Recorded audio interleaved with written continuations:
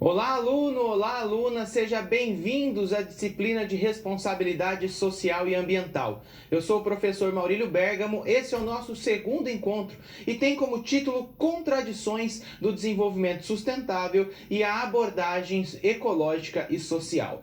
Na última aula, nós trabalhamos questões importantes relacionadas ao conceito de crise e também ao uso dos recursos naturais. Nós vimos também que o modelo de desenvolvimento sustentável vem para tentar definir uma forma de nós conseguirmos equilibrar as forças econômicas com o desenvolvimento social e com a proteção do meio ambiente. Na aula de hoje, nós vamos identificar alguns pontos importantes que contribuem para a implementação de um modelo de desenvolvimento sustentável. Esses pontos vêm desde a reivindicação popular através dos movimentos sociais em defesa do meio ambiente e até mesmo por processos de gestão que são implementados dentro das empresas na busca pela melhoria contínua e por compatibilizar o desenvolvimento econômico, o crescimento empresarial com as questões de sustentabilidade ambiental. Então nós vamos analisar a contradição que existe na nossa sociedade, em que nós buscamos cada vez mais gerar riqueza, gerar valor, se desenvolver do ponto de vista econômico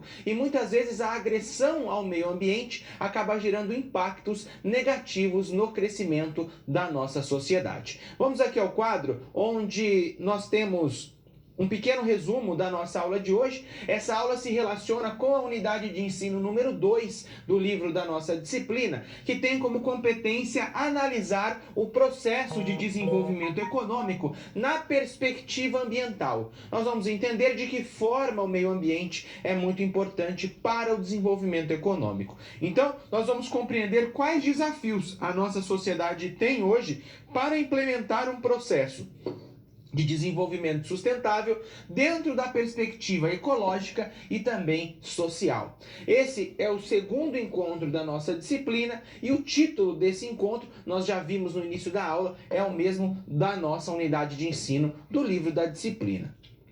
Para contextualizar um pouco os assuntos que nós vamos trabalhar, nós vamos começar conhecendo os movimentos em defesa do meio ambiente. Nós vamos entender como esses movimentos são importantes para a construção da cidadania e para a reivindicação de políticas públicas que atuem na preservação e na conservação do meio ambiente. Nós vamos também analisar os conceitos relacionados à governança corporativa e à responsabilidade social e empresarial. Nós vamos entender de que forma a governança corporativa contribui para o crescimento da sociedade e também para a implementação de políticas dentro de uma empresa que valorizem as questões sociais e ambientais. E também vamos falar da responsabilidade social e empresarial. Além disso, nós vamos estudar as relações do meio ambiente dentro da perspectiva do lucro, da produção em massa e dos meios de produção. O lucro é muito importante para a economia e o meio ambiente tem uma relação direta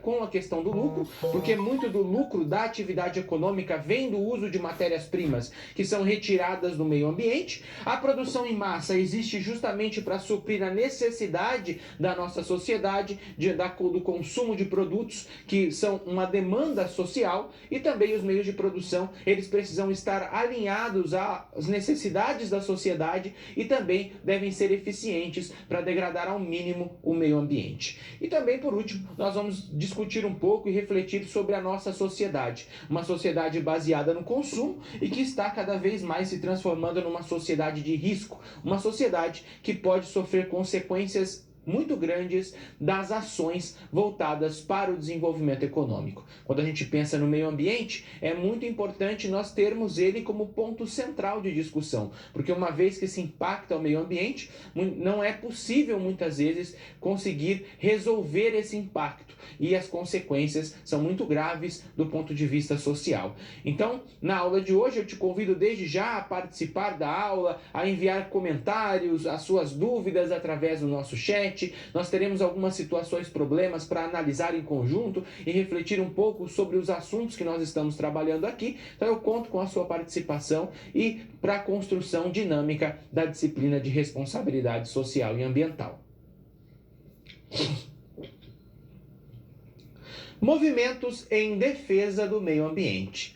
Nós vamos começar os nossos estudos compreendendo de que forma os movimentos em defesa do meio ambiente contribuem para a construção da cidadania. Eles buscam reivindicar políticas públicas ou chamar a atenção do poder público para degradações ambientais que acontecem no nosso dia a dia. E muitas dessas degradações vêm justamente do crescimento econômico, na busca pela perspectiva de desenvolvimento econômico e social aqui das questões inerentes à sociedade. Vamos ao quadro. Nesse sentido, quando nós pensamos em meio ambiente, o meio ambiente é uma questão de ordem pública. É muito importante para o desenvolvimento da sociedade e por isso todos têm um dever de contribuir para o desenvolvimento ambiental. Além disso, o meio ambiente é uma questão emergencial. Se nós não cuidarmos do meio ambiente hoje, as consequências que nós teremos para a nossa geração e para as futuras gerações são ali incalculáveis. E muitas vezes essa emergência pode até, em um caso mais extremo, levar à extinção da nossa espécie. Dessa forma, nós devemos desenvolver políticas públicas que gerem a preservação e a conservação ambiental. A preservação e conservação ambiental são dois conceitos diferentes que vêm lá da ecologia e quando a gente fala de preservação ambiental, nós estamos buscando preservar aquilo que não foi tocado ainda. Então, muitas vezes, uma área de preservação é uma área que está sendo preservada para que não haja interferência humana naquele local. Então, uma floresta, uma serra, um local onde existe ali muitos mananciais, são desenvolvidas políticas de preservação. Já a conservação ambiental diz respeito a conservar aquilo que ainda existe. Então, por exemplo, muitas das ações de políticas públicas visam conservar recursos naturais que são essenciais para a sociedade. O homem já interferiu nesses recursos, mas ainda é preciso políticas públicas para cuidar desses recursos, como, por exemplo, alguma nascente, a mata ciliar de um rio, dentre outras questões. Então, os movimentos sociais, eles são muito importantes para representar a sociedade na forma de uma organização. Nada mais são do que organizações que buscam representar os interesses públicos, sejam esses interesses voltados para o desenvolvimento ambiental, por exemplo, através de uma área de preservação ou de um monumento natural, busca-se ali desenvolver e chamar a atenção do poder público para preservar aquele local ou para implementar políticas públicas de recuperação do meio ambiente. Também existem movimentos sociais que atuam na questão da desigualdade social, que atuam ali chamando a atenção para possíveis desvios relacionados à atuação de empresas. Então existem diversos movimentos sociais na nossa sociedade e todos eles têm uma premissa básica. Voltando aqui ao quadro, eles buscam defender os nossos direitos e também promover os interesses coletivos, indo muitas vezes na contramão dos interesses privados. Muitos movimentos sociais surgiram na década de 70 por influência da visão hippie, da visão pacifista que surgiu na década de 60 e deu origem ao que nós chamamos de ecologismo. O ecologismo é um olhar para o planeta sobre o ponto de vista ecocêntrico, colocando a natureza, as questões ecológicas em primeiro lugar, em face das políticas públicas. O ecologismo busca promover um questionamento sobre a escassez dos recursos naturais. E como nós sabemos e vimos na aula passada, os recursos naturais podem ser classificados em dois tipos: recursos não renováveis e recursos renováveis. Embora os recursos renováveis eles possam se renovar ao longo do tempo, se nós não cuidarmos desse recurso ou se nós utilizarmos mais esse recurso do que a natureza consegue renovar, uma hora esse recurso vai se tornar tão escasso que ele pode até deixar de estar disponível para a nossa sociedade. Voltando aqui ao quadro, nesse sentido, então, quando nós pensamos no Brasil, alguns movimentos marcaram a nossa história. Como, por exemplo, na década de 70, surgiu o movimento Agapan, que é a Associação Gaúcha de Proteção à Natureza, que lutava contra o uso indiscriminado de agrotóxicos. Os agrotóxicos utilizados na década de 70 são muito diferentes das moléculas que nós utilizamos hoje, que são muito mais tecnológicas. Eram agrotóxicos que traziam prejuízos tanto ao meio ambiente quanto à saúde do trabalhador. E isso, muitos dos agrotóxicos utilizados no Brasil, por exemplo, como o BHC, foram aí proibidos e banidos de uso aqui no nosso país. Na década de 70, Nós tivemos também, essa década foi marcada pelos protestos contra a instalação da usina de Itaipu. A formação do lago de Itaipu levou ao desaparecimento do monumento natural das Cataratas de Sete Quedas. As Cataratas de Sete Quedas ficavam no município do Paraná, no município de Guaíra, e já foram o local do Brasil mais visitado. Então, as Cataratas de Sete Quedas recebiam mais pessoas, por exemplo, do que o Rio de Janeiro, do que outros locais que têm uma beleza natural muito grande. E essas cataratas elas foram engolidas pelo lago de Itaipu. Quando se fechou as comportas da barragem da usina de Itaipu, a formação do lago de Itaipu levou a extinção desse monumento natural. Ele foi submerso dentro do lago de Itaipu. E isso é uma questão muito interessante, porque um dos locais mais bonitos do Brasil, que recebia muitos turistas,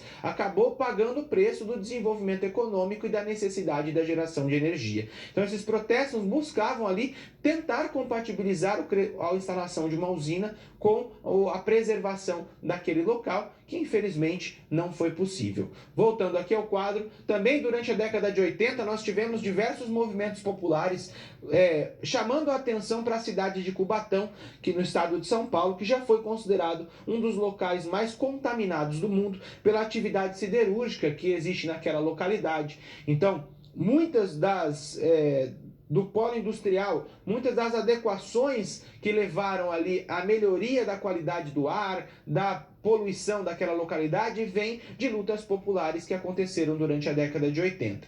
Também nós poderíamos citar, durante a década de 80 e 90, a SAP, a Sociedade Angrense de Proteção Ecológica, que lutou ali contra a instalação das usinas de Angra 1, Angra 2 e Angra 3 em Angra dos Reis, no Rio de Janeiro. Então, como nós podemos ver, são diversos movimentos que atuam buscando interesses coletivos. É interesse das pessoas que os agrotóxicos utilizados na agricultura sejam mais eficientes, é interesse das pessoas a preservação de um monumento natural, de lutar contra a poluição. E então, de certa forma, os movimentos sociais estão construindo cidadania. Voltando aqui ao quadro, além dos movimentos sociais, sociedades não institucionalizadas, como a Sociedade Brasileira para o Progresso da Ciência, a SBPC, também contribuem para a formulação de políticas públicas em defesa do meio ambiente, porque são entidades sem fins lucrativos e políticos, voltada, por exemplo, para o avanço da ciência e tecnologia e para o desenvolvimento educacional e cultural do país.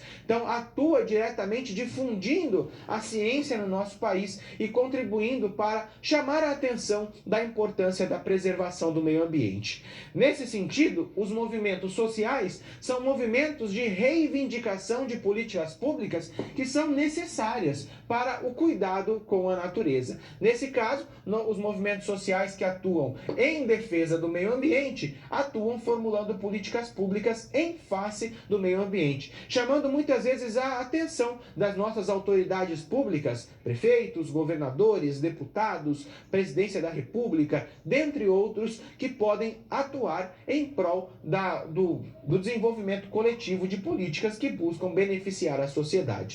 É importante nós entendermos que o movimento social, ele luta pelas políticas públicas e, ao mesmo tempo, isso constrói cidadania, porque isso mostra para a população a importância da união das pessoas na construção de uma sociedade. O meio ambiente só vai ter a devida importância se todos nós entendermos que ele é um bem comum e deve ser preservado para a nossa geração e também para as futuras.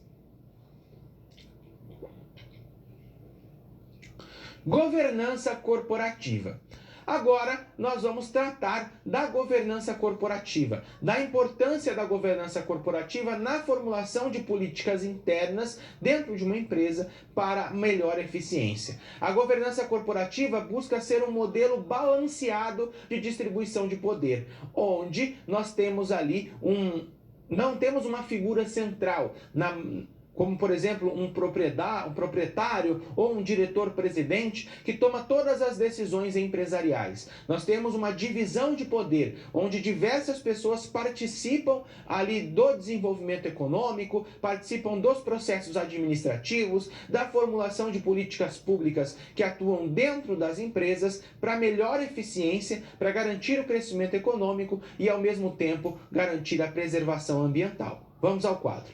Quando nós pensamos então na governança corporativa, ela é um conjunto de regras, processos, costumes e políticas que são utilizadas dentro da administração de uma empresa. Esse processo ele não exclui a relação estabelecida entre os sujeitos envolvidos no processo empresarial, no processo administrativo e os objetivos que são ali que buscam ser alcançados pela empresa. Por isso, a governança corporativa se utiliza o que nós chamamos de stakeholders. Os stakeholders são todos aqueles interessados, direta ou indiretamente, dentro do processo de administração de uma empresa.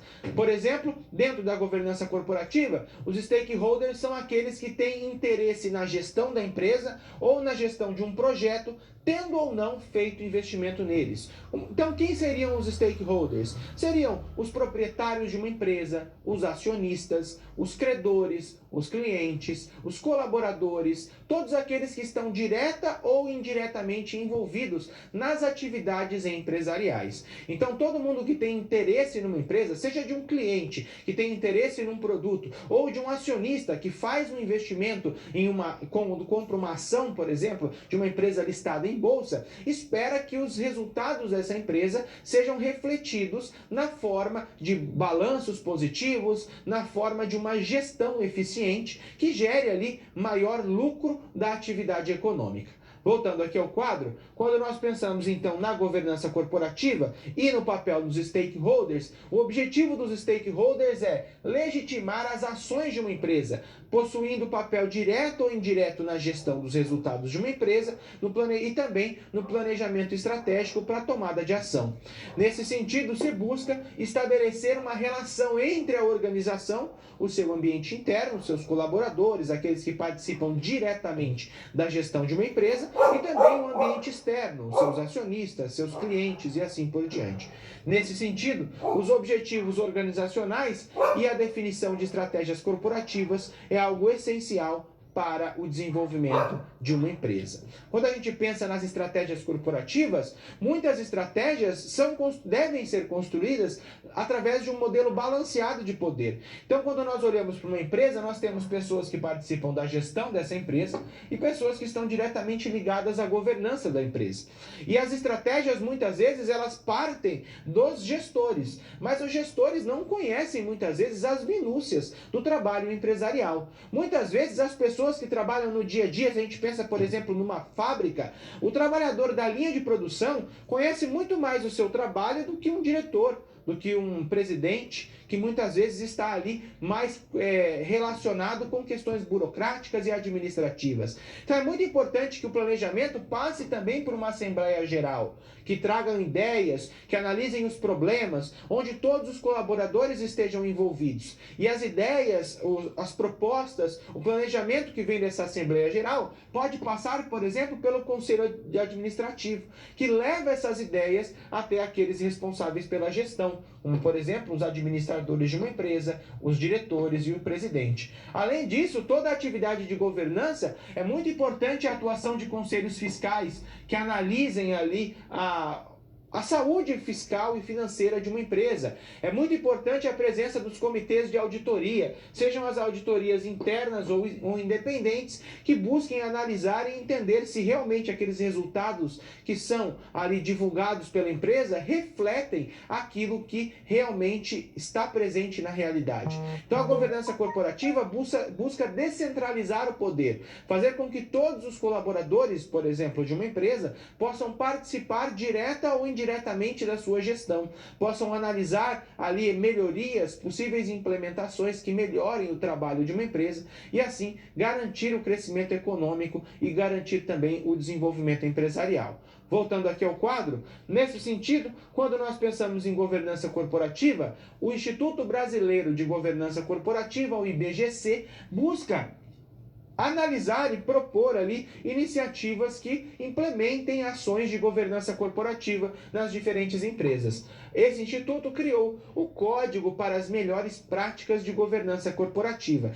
E essas práticas são divididas em 4 grandes linhas. Primeiro, transparência. É muito importante que a empresa tenha transparência nas suas ações, nos seus resultados, que ela divulgue as ações que são tomadas, que ela reconheça possíveis erros estratégicos ou erros na formulação de produtos, que ela seja uma empresa, enfim, transparente. É muito importante a equidade dentro do ambiente empresarial, que todos, por exemplo, colaboradores de uma empresa tenham as mesmas chances de um sucesso profissional, que as empresas atuem dentro de um mercado de maneira equalizada, sem que hajam grandes agentes econômicos que dominem, que criem monopólios através da sua atuação.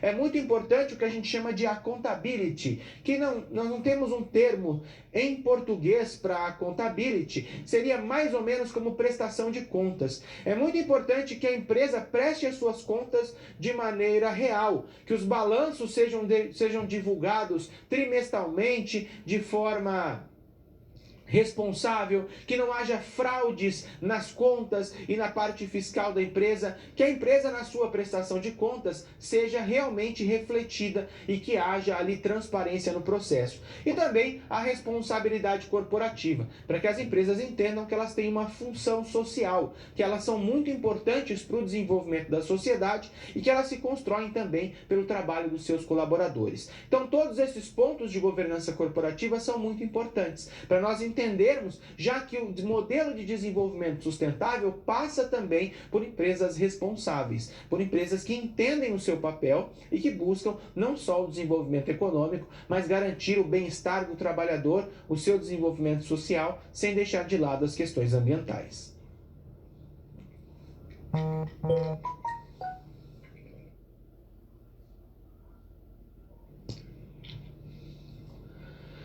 Responsabilidade social empresarial. Agora nós vamos tratar das questões de responsabilidade social empresarial, que são muito importantes para que a empresa compreenda o seu papel no desenvolvimento da sociedade. Muitas dessas responsabilidades passam pelo planejamento estratégico, por justamente garantir que a empresa tenha essa visão de que ela está inserida dentro da sociedade, dentro das perspectivas econômicas, também sociais e também ambientais. Vamos ao quadro. Quando nós pensamos nessas questões, é muito importante nós pensarmos no planejamento empresarial e organizacional como parte das políticas desenvolvidas internamente por uma empresa. Nesse sentido, dentro de um ambiente empresarial, nós temos todo um processo gerencial que atua formulando objetivos e programas de ação que buscam ali melhorar as ações da empresa, que buscam otimizar os seus resultados. Além disso, é muito importante que haja uma estratégia entre a organização, o ambiente interno e o ambiente externo. Uma empresa se constrói pelos seus colaboradores, por aqueles que estão diretamente ligados ao ambiente interno, mas também pelo ambiente externo, pela imagem que ela passa, por exemplo, para o consumidor, pela imagem que ela se constrói ao longo do tempo. E as empresas hoje estão cada vez mais críticas e analisando seus processos internos para refletir, por exemplo, questões de sustentabilidade ambiental, de produtos mais eficientes, dentre outras questões. É muito importante que toda empresa defina os seus objetivos organizacionais, seus objetivos de crescimento, de desenvolvimento, de alcance de mercado, de lucro, dentre outras questões. E também, através de um planejamento estratégico, é possível prever o futuro da empresa. Quais são os insucessos que estão acontecendo? De que forma é possível melhorar o ambiente interno e a relação com o consumidor, dentre outras questões. E muito desse futuro vem de um planejamento estratégico, de um planejamento tático e até mesmo de um planejamento operacional. Nesse sentido, então, quando nós pensamos na responsabilidade social e empresarial, a governança corporativa, por ser um modelo balanceado de distribuição de poder, conta contribui para a questão da responsabilidade social empresarial, porque justamente a função da governança corporativa é descentralizar o poder sem desmerecer a responsabilidade de cada um.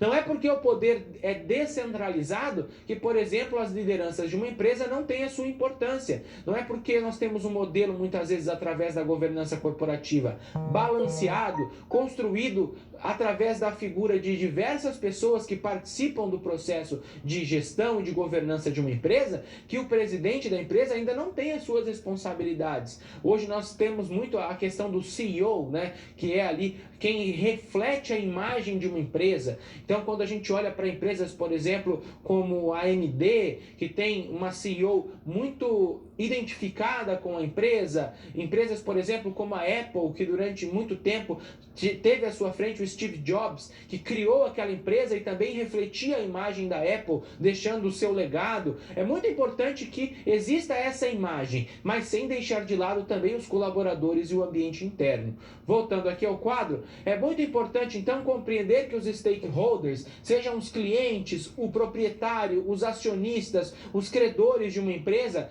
tem importância vital no processo de responsabilidade social e empresarial. E a governança corporativa busca alinhar os objetivos de uma empresa com os objetivos dos stakeholders. Quando um investidor, por exemplo, vai na bolsa de valores e compra a ação de uma empresa, por exemplo, ele vai lá na bolsa de valores e compra a ação da Cogna, que é a ação que representa a empresa que nós estamos atuando aqui, a empresa que representa a nossa universidade. Os investidores da Cogna entendem que os gestores, entendem que eu, professor que estou aqui, tenho que dar o meu melhor, tenho que estar aqui, nós temos que ter a melhor aula, o melhor entendimento, justamente para que a expectativa seja atendida por você, que é o nosso cliente. Então essas questões elas são muito importantes. Seja nós colaboradores que temos a intenção de que a universidade cresça, de que os nossos alunos cheguem no mercado de trabalho preparados e que sejam os melhores dentro do mercado de trabalho, que é a nossa missão, né? Aquilo que a nossa empresa tem como essência. Os investidores que investem na empresa também buscam que a empresa seja uma empresa sustentável, seja uma empresa lucrativa, que eles tenham resultados e que a ação dessa empresa se valorize, não só pela valorização econômica, mas também porque muitas vezes a ação ela reflete a imagem da empresa, reflete os sucessos que a empresa está alcançando. Então, se nós aqui desenvolvemos o nosso trabalho de forma justa, se a gente desenvolve aqui buscando o nosso melhor, os nossos alunos vão ter sucesso profissional e isso vai refletir a imagem da nossa empresa. Então essas questões elas são muito importantes no mercado de hoje. Voltando aqui ao quadro, então é muito importante que estejam todos os objetivos alinhados, buscando um crescimento saudável e duradouro da empresa, que a empresa se perpetue ao longo do tempo, garantindo a sua fatia de mercado e promovendo cada vez mais um crescimento econômico. Nesse sentido, é preciso que esteja muito claro a missão, a visão e os valores de uma empresa. E essa missão, visão e valor muitas vezes são sustentadas pelo processo de governança corporativa, que é justamente o desenvolvimento econômico e a prevenção de possíveis insucessos baseados no crescimento e na operacionalização de uma empresa. Por isso é muito importante a prevenção de erros estratégicos, que muitas vezes vêm justamente do poder estar centralizado em um executivo principal. É muito importante analisar e evitar, na verdade, que não aconteça dentro de uma empresa abusos de poder. Desculpe. Muitas vezes o abuso de poder acontece quando todas as decisões estão centradas em um único executivo principal.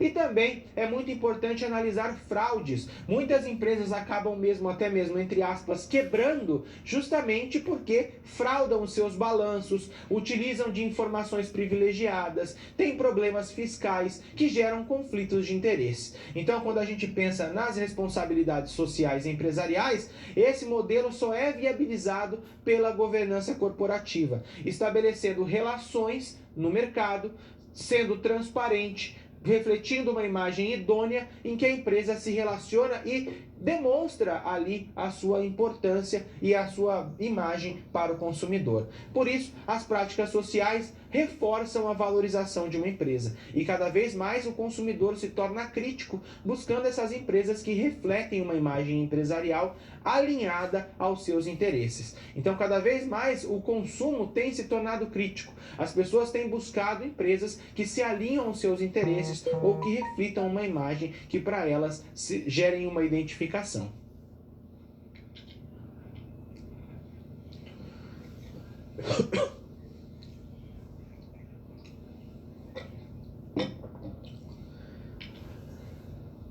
Situação problema, loteadora XYZ.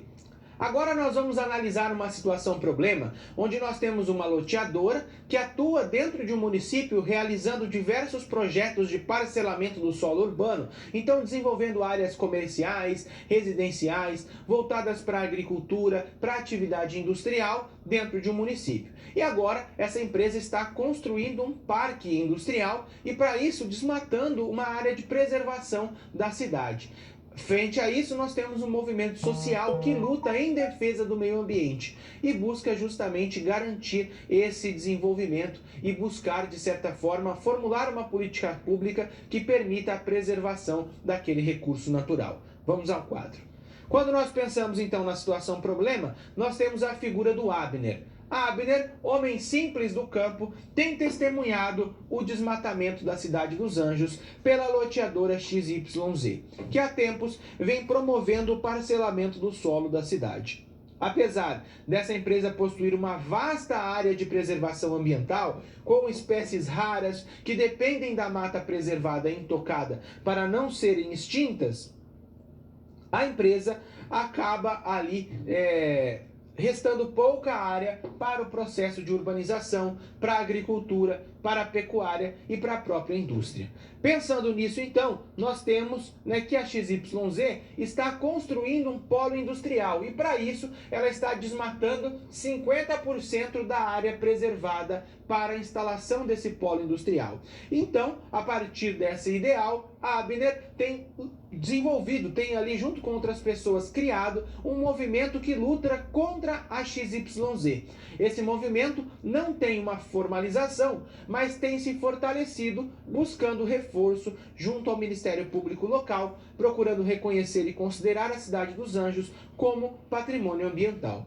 O município, tanto na figura do prefeito quanto na figura da Câmara de Vereadores, tem resistido a essa ideia. E aí nós podemos ver um claro conflito de interesses. Nós temos, por um lado, a população em geral, as pessoas que têm o interesse de preservar aquela área, de buscar ali, de certa forma, cuidar do meio ambiente através das ações que estão sendo desenvolvidas, e por um outro lado, nós temos a questão do poder público, que está ali interessado no crescimento econômico, no crescimento industrial, buscando ali, claro que quando a gente tem a instalação de um parque industrial, nós temos geração de emprego, e geração de emprego traz ali uma melhor economia para a cidade, já que o comércio se beneficia desses empregos, já que toda a roda econômica da sociedade começa ali a ser impulsionada por essa atividade, só que a que preço?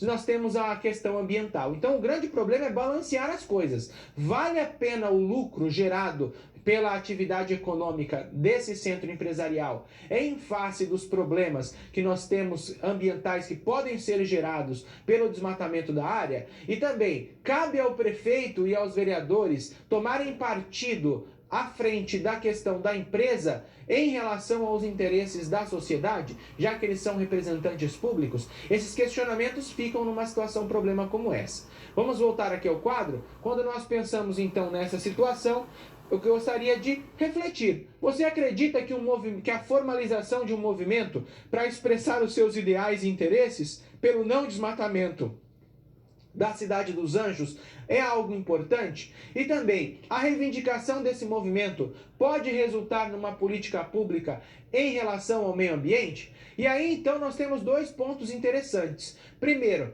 a formalização de um movimento ela é algo importante para que ele se transforme, por exemplo, numa ONG, para que ele tenha um CNPJ, para que ele possa ali ser institucionalizado e tenham valores bem claros, tenham lideranças constituídas e assim por diante. Mas não é algo essencial, não é algo que deve ali marcar. Muitos movimentos sociais são justamente pelo coletivo de pessoas, por pessoas que lutam pelo mesmo ideal, chamando a atenção do poder público. E muitas das políticas públicas em face do meio ambiente, elas surgem justamente do poder público, se sentindo pressionado pela ação desses movimentos e formulando políticas públicas que atuem em prol do interesse coletivo. Já que as pessoas desejam preservar o meio ambiente, é muito importante que as políticas públicas reflitam esse desejo da sociedade. Voltando aqui ao quadro, então quando nós pensamos na situação problema, é importante a formalização de um movimento, mas não é algo necessário.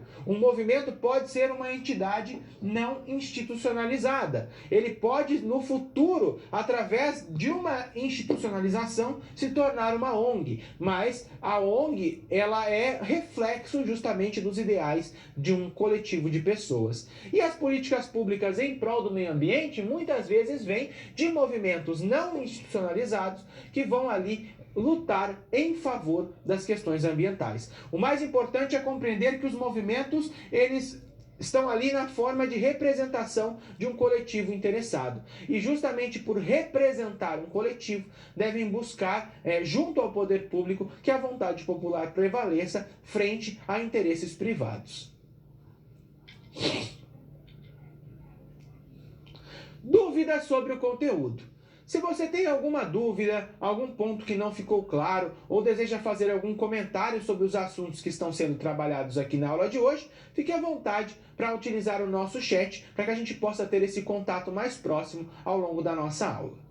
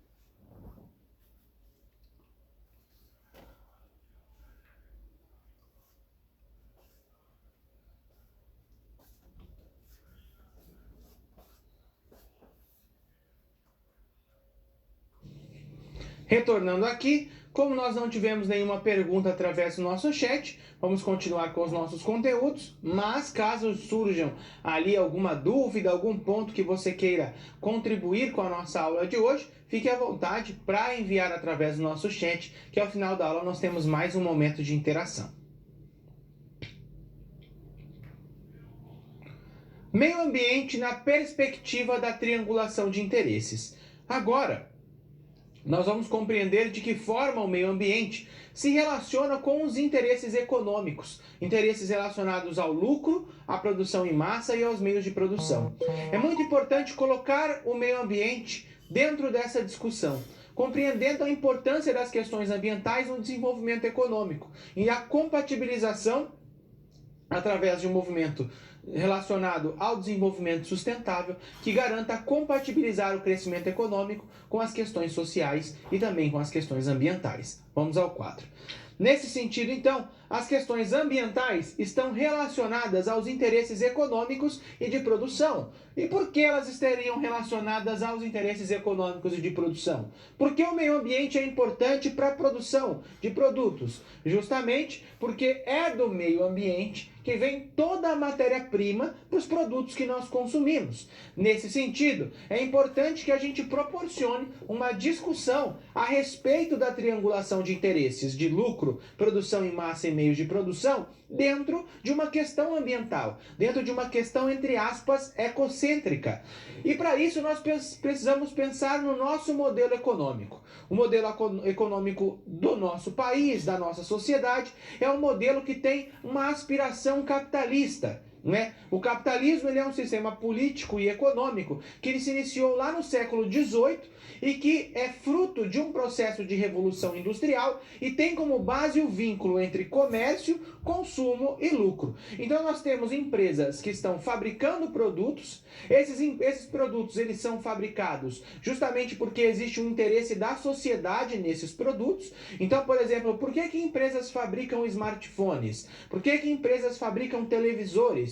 Porque nós temos empresas de automóveis, porque as empresas do ramo alimentício fabricam produtos como bolachas, como macarrão, como óleo de soja, porque tem um interesse coletivo através desse produto. Nós temos, por exemplo, muito mais empresas produzindo óleo de soja do que nós temos empresas produzindo, por exemplo, azeite de dendê. Justamente porque existe uma demanda ali, uma demanda nacional muito maior no óleo de soja e uma demanda local em muitas localidades por conta da cultura no azeite de dendê. Os dois produtos são importantes para a sociedade, mas existem produtos que têm uma demanda maior. E essa demanda, essa produção industrial, ela vai justamente para o comércio e o comércio estabelece a relação de consumo. Então, por exemplo, se eu quero comprar um smartphone, eu posso tanto ir no comércio local da minha cidade, como eu posso fazer uma compra hoje através da internet. E eu tenho vários ali sites, várias empresas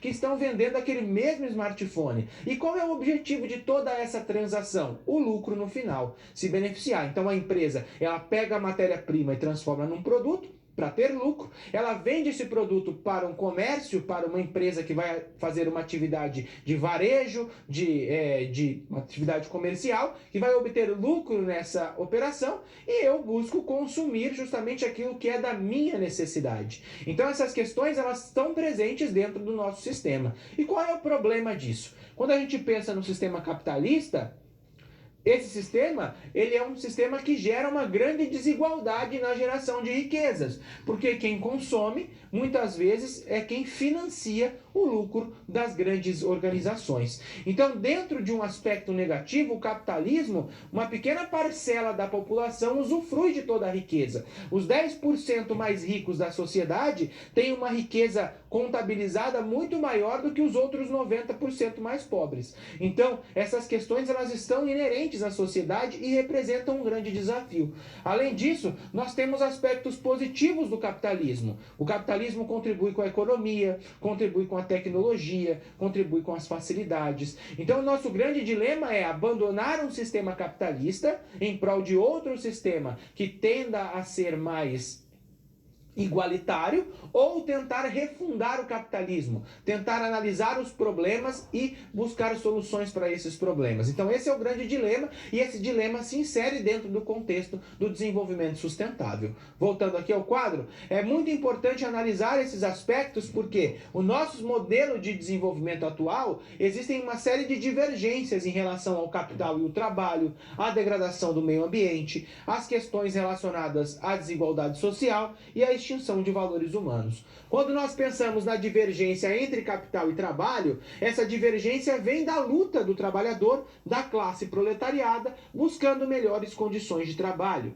E muitos avanços aconteceram ao longo do tempo, desde a Revolução Industrial. Mas nós temos ainda pontos a melhorar dentro da relação estabelecida entre o trabalhador e o capital, entre aqueles que têm interesses na produção e aqueles que vendem a mão de obra. Então essas questões elas são muito importantes dentro de uma discussão de responsabilidade social e ambiental. Até que ponto a tecnologia tem, por exemplo, contribuído e impactado a vida do trabalhador? De que forma nós buscamos essa distribuição melhor dos recursos? E assim por diante. Voltando aqui ao quadro, nesse sentido, cabe a nós analisarmos, por exemplo, as necessárias adequações dentro da jornada de trabalho, a busca por melhores salários em relação às atividades desenvolvidas e até mesmo trabalho digno.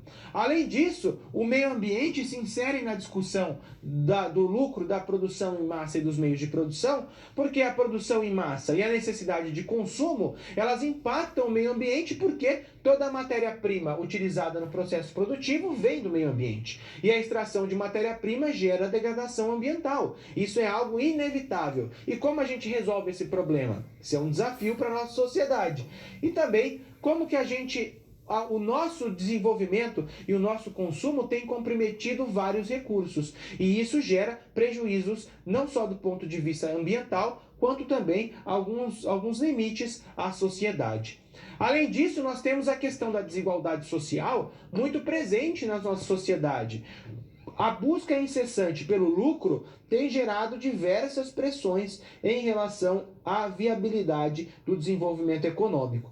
Nesse sentido, então, cabe a nós pensarmos de que forma essa busca incessante pelo lucro, explorando o trabalho humano, está impactando a vida da nossa sociedade e de que forma a gente consegue contribuir ou buscar uma melhoria na qualidade de vida e no desenvolvimento da sociedade. Hoje a implementação tecnológica tem tirado vagas de emprego das pessoas. Hoje existe um excesso de hora de trabalho. Pessoas que perdem os seus empregos muitas vezes e vão passar 12, 15 horas trabalhando em trabalhos que fogem do comum, como por exemplo hoje os trabalhos dentro de aplicativos, que levam um excesso de horas trabalhadas para um rendimento muito pequeno. A falta de emprego, além disso, gera ofertas de trabalho com salários cada vez mais baixos. Se eu tenho um grande número de pessoas procurando emprego e eu tenho poucas vagas, é questão mercadológica, é oferta e demanda. Se a oferta é pequena, mas a demanda é alta, a gente tende a ter ali discrepâncias nesse processo.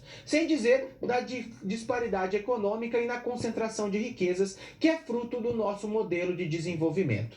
E também nós poderíamos salientar a extinção dos valores humanos, que são muitas vezes relacionadas à necessidade de consumo, que é criada, as empresas elas criam demandas na sociedade, demandas que muitas vezes não existem, e que são criadas pelo marketing, pela publicidade e propaganda, e cada vez mais as pessoas dão valor aos bens materiais em face, por exemplo, do desenvolvimento social. Cada vez mais existe uma necessidade na nossa sociedade em ter. Nós temos que ter uma casa, ter um carro, ter um smartphone do ano, ter a televisão com a resolução 4K, 8K, 12K e assim por diante, e nem sempre isso reflete a nossa realidade. Nem sempre isso traz benefícios para a sociedade. Então essas pequenas discussões precisam fazer parte e serem analisadas dentro do contexto do meio ambiente e da triangulação de interesses.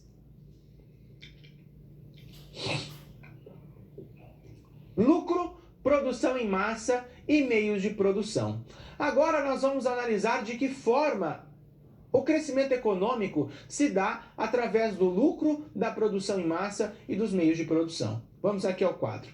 Quando nós pensamos nesse sentido, hoje o movimento de desenvolvimento sustentável busca resgatar o capitalismo para que ele seja adequado aos dias atuais. E o resgate do capitalismo passa justamente pela valorização da pessoa humana, entendendo a função social de uma empresa, a necessidade e a importância da defesa do consumidor e também da proteção ambiental. Nesse sentido, nós precisamos voltar lá para o início do século XX para compreender como o nosso modelo de desenvolvimento econômico acabou sendo implementado. E aí nós temos a figura do pai da administração, o Frederick Taylor, o pai do que a gente chama de Taylorismo. O Taylorismo é um modo de produção que buscava maximizar a produção e o lucro. O Taylor entendeu que o trabalhador na fábrica passava muito tempo ocioso, andando para lá e para cá, tinha muitas pausas durante o dia, o trabalho não era contínuo, então ele começou a desenvolver políticas dentro do ambiente fabril que buscava controlar a vida do trabalhador. Então o trabalhador ele tinha pausas cronometradas, horas de trabalho cronometradas, ele desenvolvia política, ele desenvolvia ali uma atividade maximizada e com isso ele conseguia ter uma maior produtividade dos colaboradores e consequentemente uma maior produção. E se ele tinha uma maior produção e uma produção garantida, ele sabia que aquela atividade gerava uma quantidade exata de produtos todos os dias, ele conseguia dar essa garantia de produção e também estimular o consumo pela geração desses produtos. Voltando aqui ao quadro, a partir das ideias de Taylor, outro empresário, o Henry Ford, que é o fundador das indústrias Ford, dos automóveis Ford, pegou as ideias de Taylor e aperfeiçoou essas ideias, criando as linhas de montagem, definindo processos semi-automatizados para a produção industrial. Então ele gerou uma produção racionalizada e eliminando movimentos inúteis. Então o Ford ele foi responsável por fazer o que a gente chama de linha de produção. Então, naquela época, a Ford produzia um modelo chamado Ford T e existia esse modelo, caminhava dentro de uma linha de produção e cada trabalhador tinha uma função específica. Ligar um fio, apertar um parafuso, instalar uma roda, colocar uma parte do motor, enquanto esse carro caminhava dentro de uma linha de produção, até que no final ele saía completo. O trabalhador não sabia montar o carro por completo, mas ele sabia apenas executar uma única função. Se você já assistiu um filme do Chaplin chamado Tempos Modernos, esse filme ele é uma crítica ao Fordismo, é uma crítica a esse modelo. E qual foi a importância do Fordismo? Em 1912, para produzir um único Ford T, se demorava 12 horas. Com a implementação das ideias de Ford, das linhas de produção, dos processos semi-automatizados, esse processo passou de 12 horas para 10 horas e 30 minutos. Se começou a demorar 1h30 a menos para a produção de cada automóvel.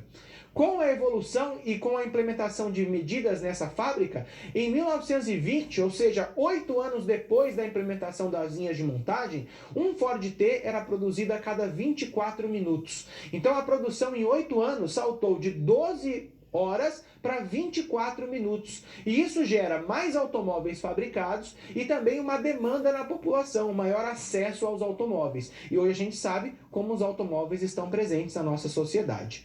Voltando aqui ao quadro, quando a gente pensa nessas questões, então nós temos uma triangulação de interesses desenvolvidas através da atividade econômica, onde nós temos o lucro, que é qualquer ganho auferido dentro de uma operação comercial, de uma atividade econômica, um benefício que se tem do material, então eu transformo aço, madeira em um automóvel e eu ganho valor. Eu compro o aço, a madeira, moldo as chapas, fabrico um automóvel e se eu gastei ali X de material para fabricação, eu vendo esse automóvel por 2x, por 3x, por 4x. E essa diferença é o que a gente chama de lucro. A produção em massa é a designação de ter produtos padrão. Antes nós tínhamos os Ford T's todos iguais. Hoje nós temos smartphones do modelo XYZ1 e todos eles são iguais. Televisores iguais. Nós temos uma produção em massa em larga escala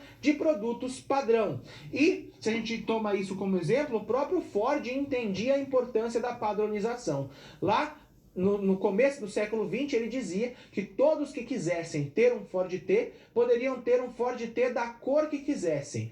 mas desde que essa cor fosse preta. E por que ele dizia isso? Porque lá na fábrica da Ford, os Ford T só saíam na cor preta, porque era muito mais fácil para a fábrica ter um produto padrão, todos os carros sendo iguais e no final acelerando o produto, acelerando o processo de fabricação e garantindo uma maior consumo da sociedade dos seus produtos. Voltando aqui ao quadro, nesse sentido, então, nós temos também a questão dos meios de produção, que são as ferramentas, os utensílios, tudo aquilo que faz parte do processo de fabricação e que constituem o patrimônio da empresa. Nesse sentido, os meios de produção são as máquinas de costura, que são utilizadas, por exemplo, para a confecção de roupas. Tudo isso faz parte da triangulação de interesses. Na década de 80 surge o que nós chamamos de toyotismo, que é uma reinvenção das ideias de Ford.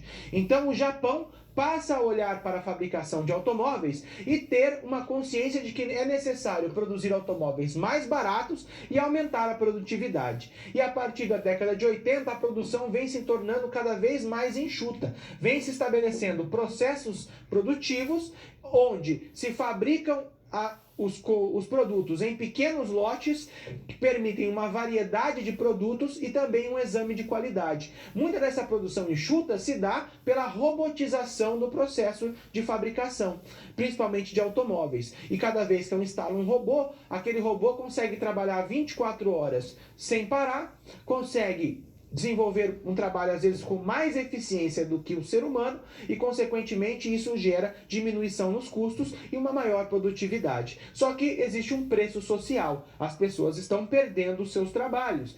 E de que forma elas conseguem se sustentar sem os trabalhos. E essas questões são importantes. Então, todos esses processos, eles vão se tornando mais eficazes. E é importante que o meio ambiente ele também seja um elemento de importância na constituição de produtos para uma empresa. Então, a empresa, além de melhorar as suas condições de fabricação, ela deve pensar de que forma esses processos devem ser mais eficientes e se relacionar com o meio ambiente. Dessa forma, a produção em massa gera impactos ao meio ambiente, já que tanto os maquinários quanto os resíduos gerados através do processo produtivo acabam voltando para a natureza. Então existe uma necessidade de buscar matérias-primas mais sustentáveis e de gerir os resíduos do processo de produção. E aí surge o que a gente chama de sustentabilidade ambiental, que é uma proposta de garantir a produtividade, respeitar o trabalhador, os consumidores e os recursos. Então, todo o processo que contemple produção em massa, lucro e meio ambiente deve levar em conta a necessidade humana de da preservação, opondo-se qualquer lucro que não seja o meio ambiente. Quando nós olhamos para a nossa situação, problema que nós vimos anteriormente, até que ponto vale a pena desmatar uma área de preservação para a instalação de um parque industrial?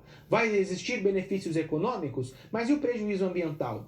Porque muitas vezes o parque industrial ele vai se tornar obsoleto com o tempo e vai deixar de existir. Ou muitas vezes a poluição que ele vai gerar está comprometendo a vida das pessoas. E quando eu levo a destruição de uma área ambiental, é impossível recuperar aquilo 100%. Existem ações de reflorestamento, as coisas, mas voltar à origem, voltar àquela riqueza natural é algo inatingível. Então essas discussões devem também fazer parte da construção de uma sociedade e devemos analisar de que forma, até que ponto nós devemos limitar o nosso crescimento em face das questões ambientais e da importância do meio ambiente para a construção da sociedade. Sociedade de consumo, sociedade de risco. Agora, nós vamos analisar a questão da nossa sociedade. De que forma nós nos tornamos uma sociedade consumista? De que forma o nosso consumismo impacta o meio ambiente e gera desigualdade social? Hoje, cada vez mais, a concentração de renda na mão de poucas pessoas se dá justamente por uma visão consumista da sociedade. E é preciso racionalizar essas questões e ter uma criticidade dentro do pensamento. Vamos ao quadro. Quando nós pensamos nessas coisas, a sociedade de consumo que nós temos hoje é fruto da evolução técnico-científica desenvolvida para o bem-estar social. Os produtos que nós consumimos, eles são produtos produzidos único e exclusivamente em face, né, do nosso bem-estar social. Se nós pensarmos, por exemplo, na alimentação, cada vez mais nós consumimos produtos industrializados. Por que que a gente tem essa grande demanda? Empresas fabricando molho de tomate, fabricando comida congelada, fabricando produtos que são ali processados. Porque a sociedade cada vez tem menos tempo e esses produtos facilitam a vida. Então, o bem-estar das pessoas de ter muitas vezes uma facilidade no dia a dia acaba sendo impactado em relação à evolução técnico-científica. Basta nós pensarmos, por exemplo, nos aplicativos. Hoje a gente consegue fazer tudo no aplicativo. Assistir um filme, nós não temos mais locadoras, a gente consegue ouvir uma música e aí a indústria de venda de CDs acaba sendo ali comprometida. Nós hoje pedimos comida por aplicativo, nós temos o nosso smartphone, cada vez mais, todo ano as empresas lançando novos produtos, e tudo isso não é porque porque existe uma demanda da sociedade, mas sim porque a evolução técnico-científica gera um bem-estar social, e isso se reflete no nosso consumo. Voltando aqui ao quadro, então, cada vez mais que nós buscamos desenvolver a sociedade em prol de um bem-estar social, nós estamos levando à exploração dos recursos naturais, muitas vezes de forma inadequada, e levando à produção de bens de consumo que vão, de certa forma, voltar para a natureza, muitas vezes na forma de lixo.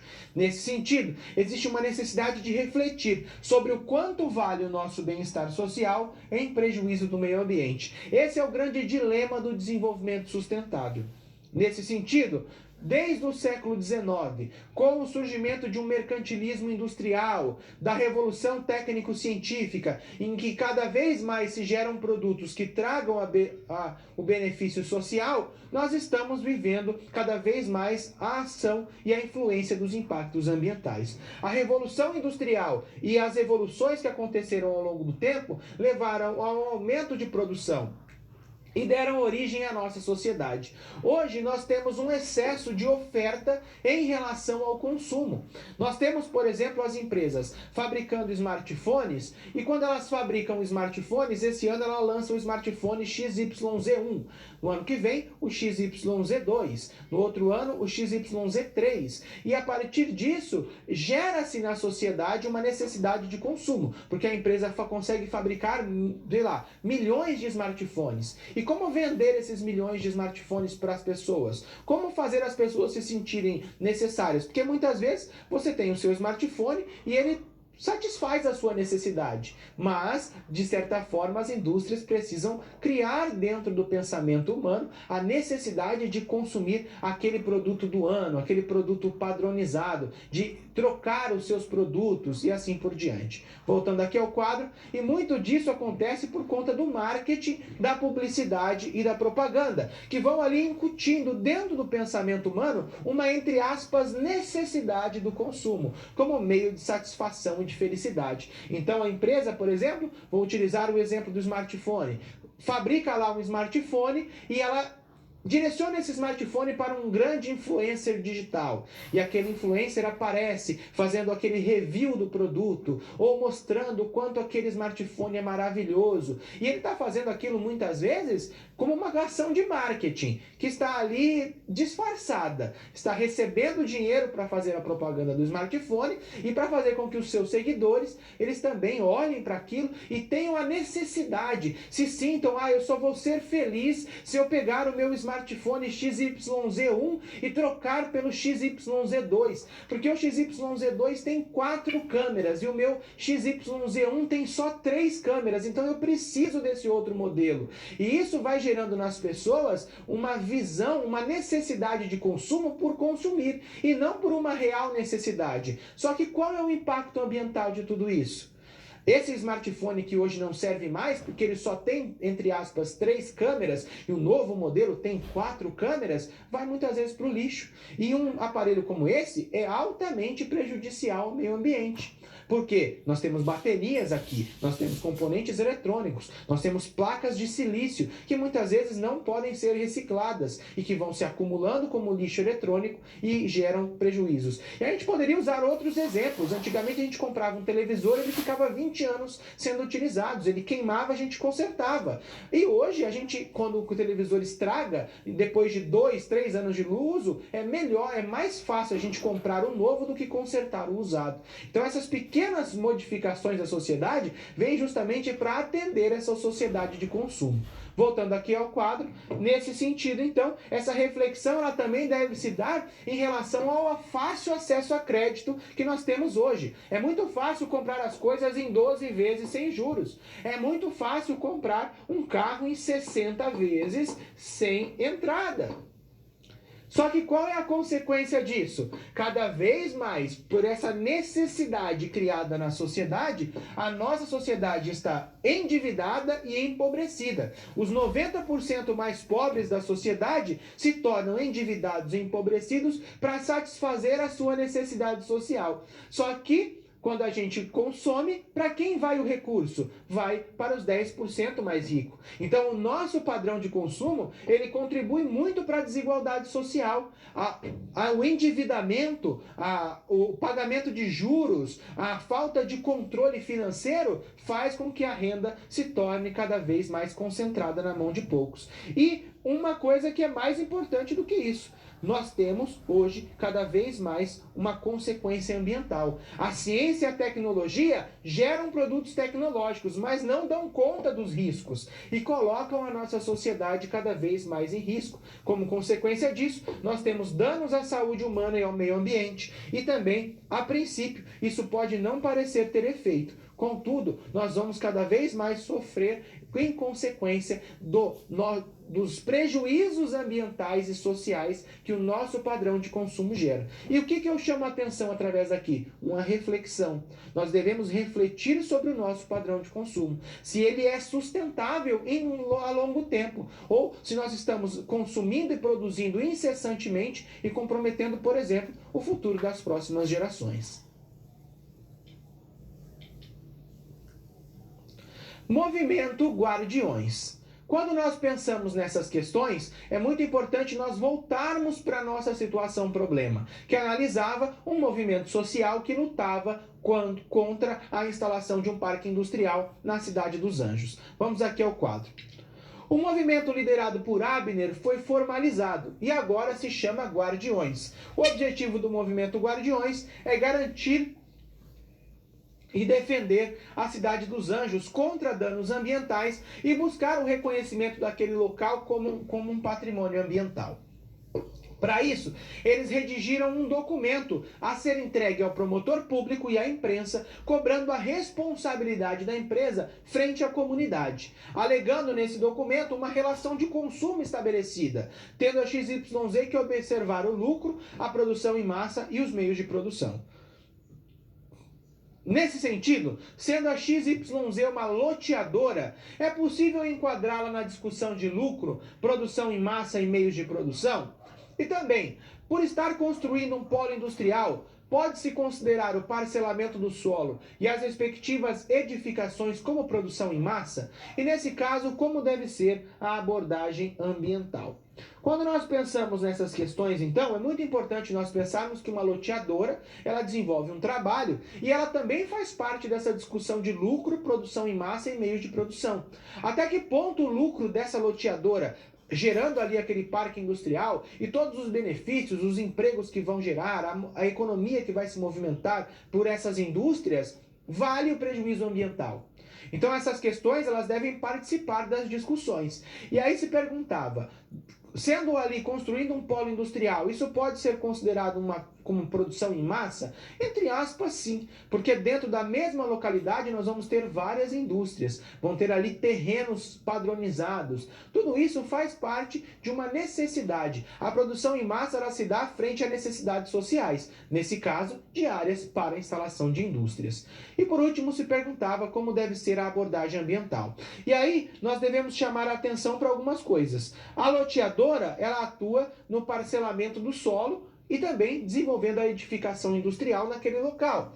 Nesse sentido, a produção em massa se dá pelo polo industrial. Agora, dentro da abordagem ambiental, é importante ressaltar a função social empresarial, ou seja, o que a gente chama de princípio da solidariedade, onde os direitos individuais e sociais eles não devem prevalecer em frente aos interesses sociais. Dessa forma, o meio ambiente é um desejo coletivo, é algo de importância coletiva e os aspectos econômicos devem considerar o meio ambiente. Então aqui o grande dilema é até que ponto o crescimento econômico, o desenvolvimento que é gerado através daquela indústria, daquele parque industrial, justifica a degradação ambiental gerada pelo desmatamento da área. Então é preciso colocar na balança. E aí nós vamos ver isso depois ao longo da disciplina, estudos de impacto ambiental e relatórios que são feitos para se analisar se um empreendimento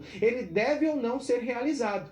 E muitas vezes o que deve se buscar é compatibilizar o crescimento industrial com a questão ambiental. Para isso, nós devemos então pesar de que forma o crescimento econômico deve ser compatibilizado com as questões ambientais. E muitas vezes se justifica a instalação desse parque industrial em outro local, em outra cidade, em outro local da região, e não exatamente naquele local que é uma área de preservação. Então esse balanço é importante e os movimentos sociais devem cobrar do poder público a atuação e a formulação de políticas públicas que defendam o meio ambiente.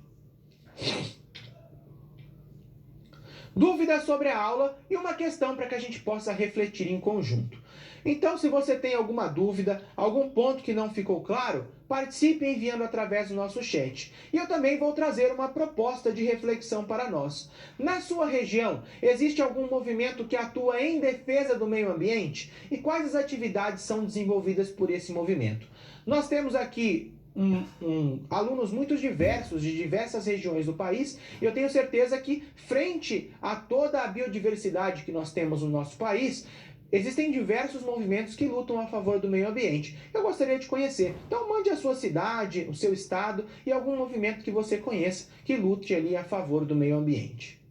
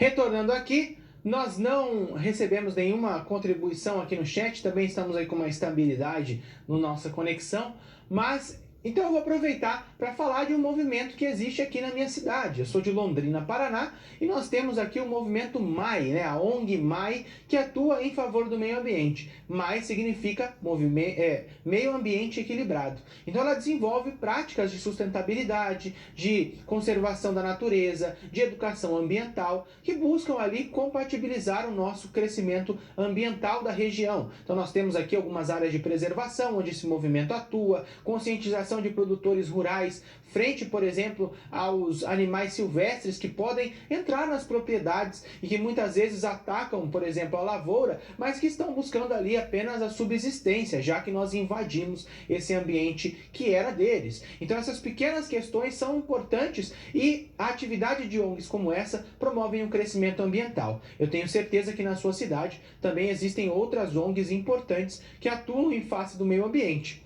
E é muito importante conhecê-las e também contribuir, se nós pudermos, no desenvolvimento do trabalho dessas ONGs.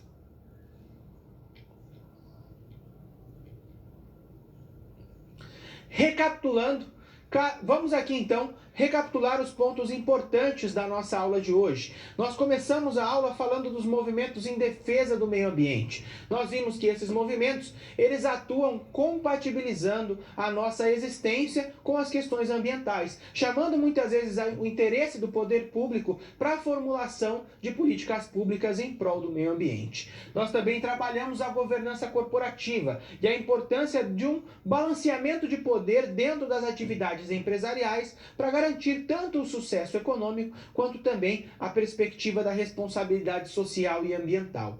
Depois, nós tratamos da responsabilidade social e empresarial e nós vimos que toda empresa tem impactos na sociedade através das atividades que elas geram. Depois, nós trabalhamos a questão do meio ambiente na perspectiva da triangulação de interesses, lucro, meios de produção e também produção em massa. Algo muito importante para compreendermos os rumos da nossa sociedade e de que forma o meio ambiente deve fazer parte dessa discussão dentro, por exemplo, de um modelo de desenvolvimento sustentável.